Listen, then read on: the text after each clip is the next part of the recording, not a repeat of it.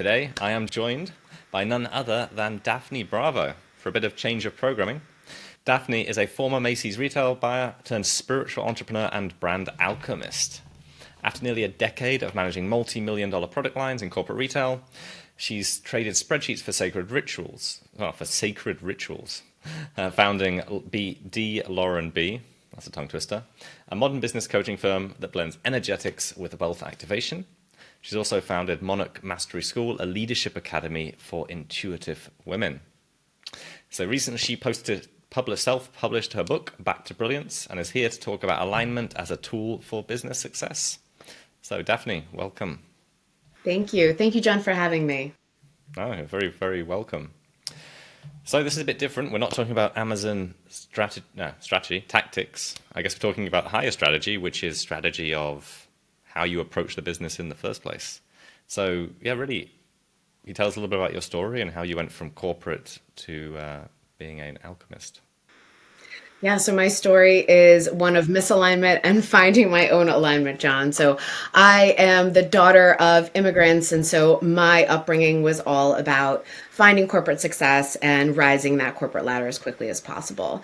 And in that process, I found myself managing brands that over and over again were failing due to mission misalignment. They would set a mission and then quickly these sales would become more important than the maintaining the integrity of the mission. And I watched small businesses fail over and over again, product lines within great businesses that honestly over time were watered down by them walking away from their own original magic. Over time, that same thing happened to me, and I started to really burn out because I didn't understand my own blueprint for success. So a decade in, I went from top of the ladder to literally walking away cold turkey. I had completely burnt out and my body could not handle anymore. At that point, I started to turn to alignment tools and learning about my body, learning how my own leadership strategies worked with the world. I learned about human design and astrology, and I started to combine all of these different methods to figure out the best way for me to create impact and wealth in the world without burning out at any point in the process.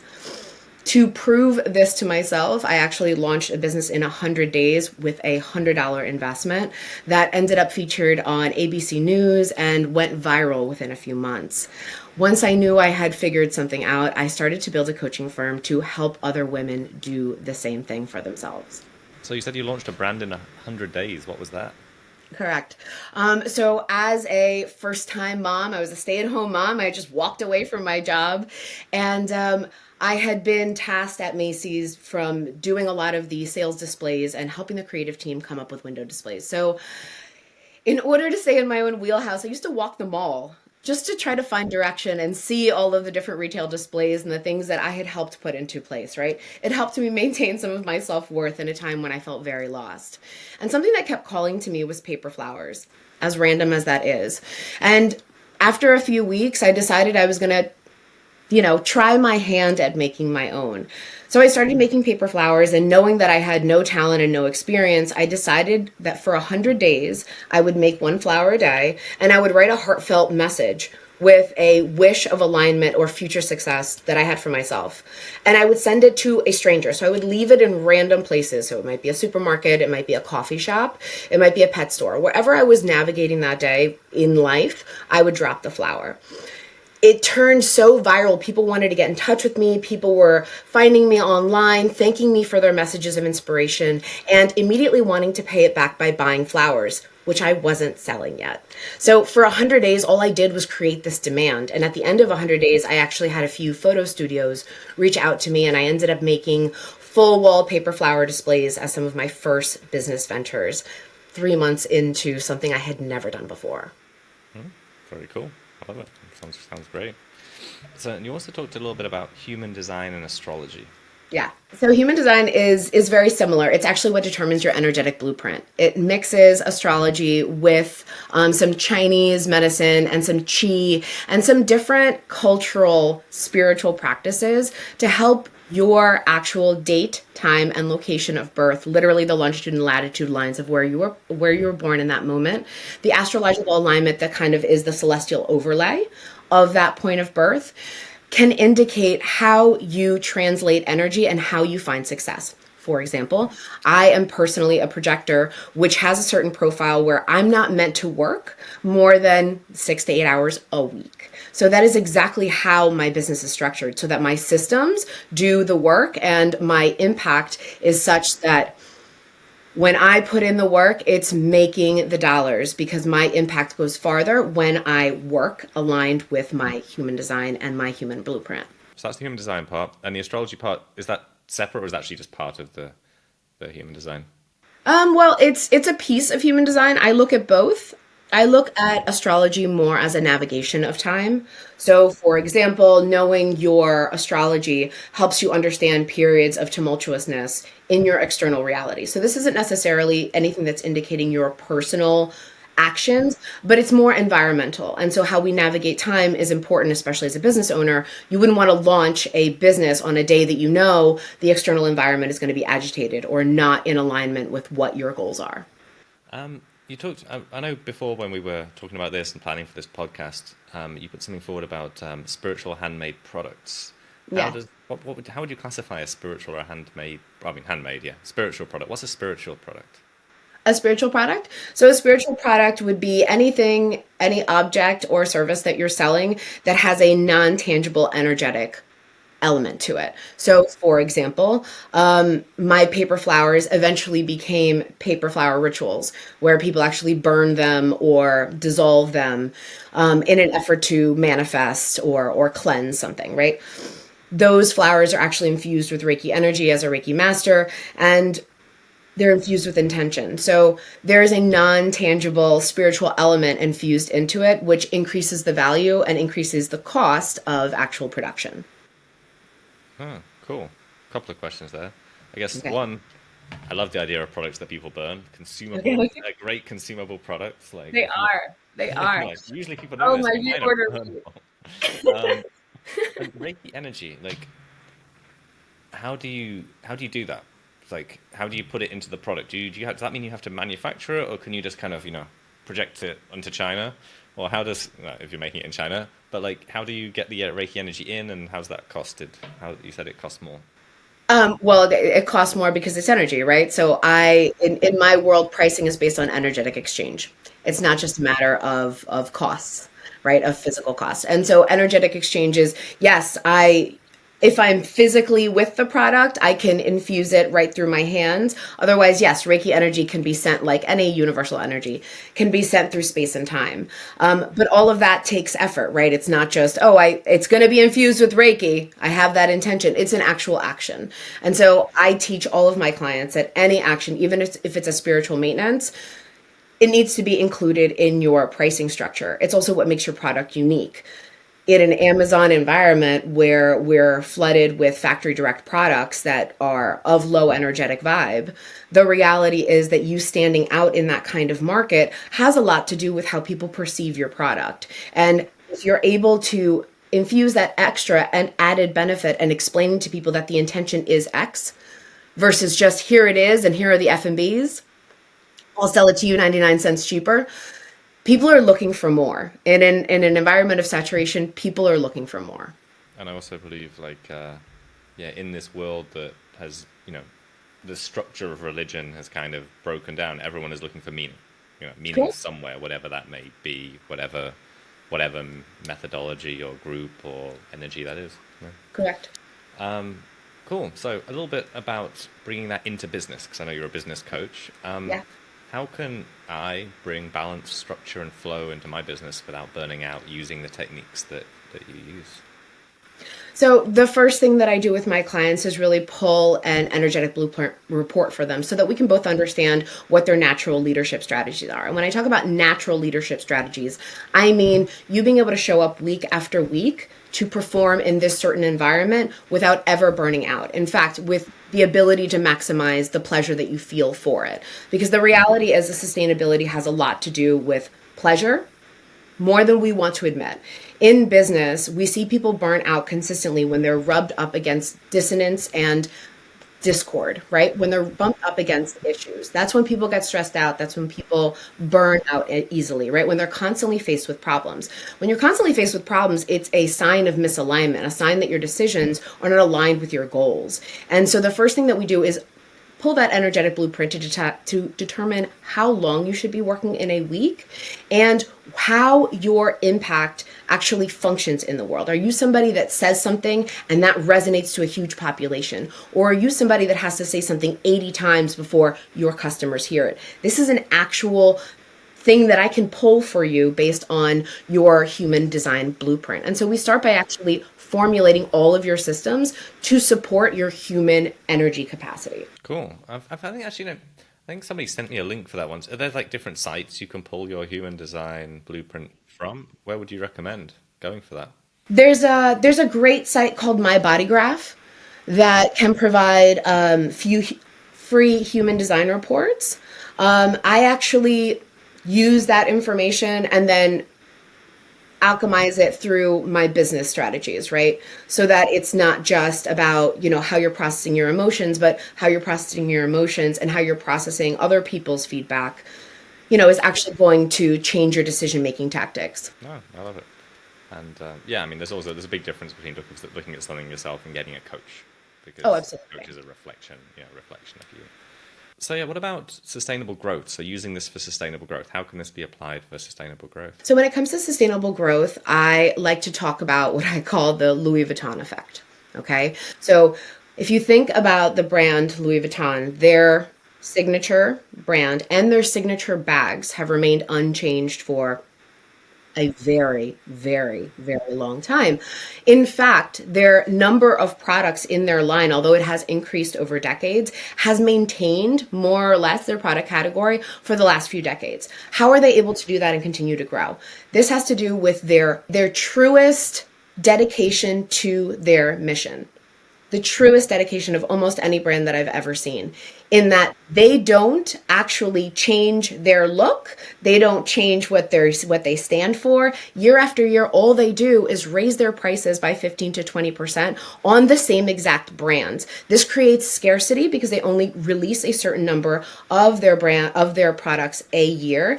And a customer now knows that if they plan on collecting these bags or having these bags as a status symbol, they better get them now because they're only going to pay more for them later. This has to do with brand resonance and alignment over time. Didn't matter, Great Depression, all of these socioeconomical issues happened in their environment, and their ability to stay true to what they do has been singular. And that is why brands like theirs can sell a literal canvas product dipped in plastic coating for thousands of dollars. I say this all the time. It's the Louis Vuitton effect. It's the same thing that the Kardashians did. They created a look and a brand and an image and a lifestyle. And that's why they can, as non-beauty experts, as non-retail experts, as not anything experts other than their social image, sell anything with their label. It has more to do with alignment with your mission and the image that you create for yourself than it has to do with strategies and pricing and advertising. I'm just trying to think, when you say about Louis Vuitton, when I think of luxury brands, I think of like the human need for status. They're selling status. And you've got many different things that different brands sell, whether it's identity or status, but any brand that can sell identity or status can charge a premium and can have a massive influence. What about feminine brands? Because I know you work a lot with women. What would be a feminine brand for you? How do you classify a feminine brand? How do I classify a feminine brand? Well, the women that I work with they're mostly small business owners, and they're definitely entrepreneurs. And what they're looking for is that sustainability without sacrifice. So they're looking to maintain their lifestyles, many as stay-at-home moms, maybe many as women who, work from home. And so they're looking to have this sustainability and this growth over time while still being present in their homes. And we categorize success there as year-over-year growth without year-over-year effort. And so that happens, again, with that brand alignment and with allowing your systems to do the work that is no longer relevant or within your house of authority. When you first start out in a business, most women or any entrepreneur is doing everything, right? They're wearing all the hats, they're trying to figure out the systems, they're trying to figure everything out. But once you figure out where you shine the most and where your impact is going to be greatest, your job is to keep those things in-house and outsource the rest and price accordingly. And so that's how we really categorize success in feminine leadership brands. Cool. How do you price accordingly? So it's a combination of, obviously, we're taking the market analysis into consideration, right? We're looking at what other similar products exist, but we're also looking at that unique energetic element, right? If I'm somebody whose depth of wisdom and authority in a certain space is greater than another, I'm going to price myself higher, but I'm also going to then know that my authority goes farther faster. So I'm not actually going to be putting more of my effort into it. I'm probably going to have systems that sustain that more. And I'm going to have some sort of elevated offer that really honors my one-on-one timing here. So it's about really creating a product suite that in its total honors the amount of energy that you're putting forth with the amount of profit that you're actually receiving.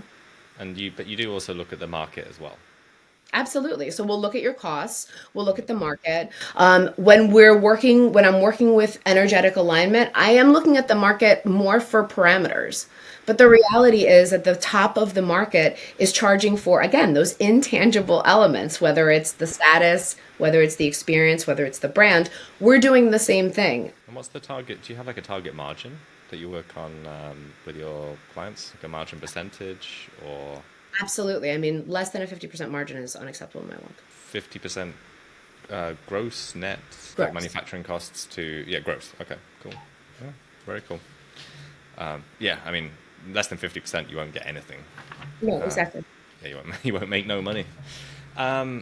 Cool. So how do you help people stand out in a saturated online market without relying on trends or ads or those type of things? So this has to do again with authenticity and alignment. So this is all about, I help my brands establish a very strong mission and a very strong reason for being. And that is what drives all of the decisions. So when we're creating, for example, copy for a website or for an Amazon product listing, we're tying back to our mission. Everything comes back to that language, that word bank, that marketing tool of creating that experience and that very identifiable moment. Every brand and every product that I work with has a very unique blueprint, and we honor that at every single step. We're at no point are we cutting that just to direct sell or make a catchier line or anything like that. That's the moment that we walk away from the magic that makes us unique, because anybody, factory direct, can create a very inexpensive product and replicate what already existed from the originator. Sorry, that used to be my task in handbags at times. Find a cheaper way to make it. Let's take this inspiration look and knock 60% off of it, right? That used to be my job for a decade. And I teach women how to live within that space and still be authentic. Do the out of the box things, whether it's leave the paper flowers in that random space, because guess what? That person sought me out online and then created a much more meaningful connection, which is naturally going to create a referral process. Moving on to the next part of the podcast, we're going to move on to our controversial take section, where you can share anything, which is your most debatable, controversial opinion related to, could be Amazon, could be the e-commerce industry, it could be business in general. What's your controversial take, Daphne? My controversial take is that the future really belongs to emotionally intelligent brands. It belongs to the brands that are willing to look at these non-tangible elements that are existing in the world. As you said before, religion has kind of lost its wheels these days, and every single system is trying to dismantle the religious systems that we all relied on for so many decades and so many hundreds of years, and that really created and formed our society. Now people are looking for more. People are looking for more personalization, more reasons for belief that exist outside of the four walls of a church. And I think that brands, intelligent brands, are going to be there to be that resonance, be that reason, be that extra special thing that people can turn to for guidance. And as much as I hate to say that, we're going to turn to religion into retail, the reality is that the spiritual wellness industry is booming, and there's a reason for it. And as brands are able to tap into that, I mean, we've already seen it start happening. We've already seen it, with brands leaning into, different horoscopes, or it's a full moon collection, or leaning into the color of the year with Chinese horoscopes and astrology. We've already seen it, and what's happening? They're selling out. They're tapping into a different element, which is energy. It's that non-tangible, energetic field that is now more open than it's ever been. If anyone's interested in learning more about the way that you see the world, as well as buying your book, of course, what's another way that they can follow you, reach out to you, get in touch with you, learn more? So you can follow me on Instagram at Daphne Lauren Bravo, or on my website at dlaurenb.com. Yeah. If you've watched this episode or listened to this episode and you've liked what you hear, go check out Daphne's socials, Daphne Lauren Bravo. Love the name. Check out her book. What's your book called again, Daphne? Back to Brilliance. Back to Brilliance. And what's the subtitle? It's Back to Brilliance. Unfuck your brain and return to bliss. Love it. So get back to brilliance and come back next week for another episode.